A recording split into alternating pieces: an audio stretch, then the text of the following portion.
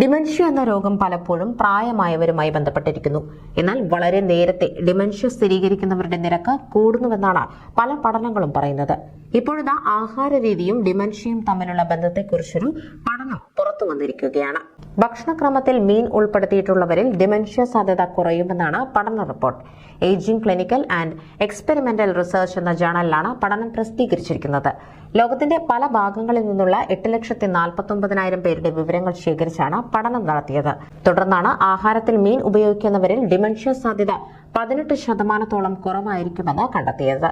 മീനിലുള്ള ഒമേഗ-3 fatty ആസിഡുകൾ ഉൾപ്പെടെയുള്ള പോഷകങ്ങൾ വൈജ്ഞാനിക പ്രവർത്തനങ്ങളെയും മസ്തിഷ്കത്തിന്റെ ആരോഗ്യത്തെയും മെച്ചപ്പെടുത്തുമെന്നും ശരീരത്തിലെ വീക്കം കുറയ്ക്കാനും മസ്തിഷ്കത്തിലേക്കുള്ള രക്തപ്രവാഹം സുഗമമാക്കാനും മസ്തിഷ്ക കോശങ്ങളുടെ വളർച്ചയെ പരിപോഷിപ്പിക്കാനും ഒക്കെ ഈ പോഷകങ്ങൾ അത്യാവശ്യമാണെന്നും ഇതാണ് ഡിമെൻഷ്യ സാധ്യത കുറയ്ക്കുന്നതെന്നും ഗവേഷകർ പറയുന്നു.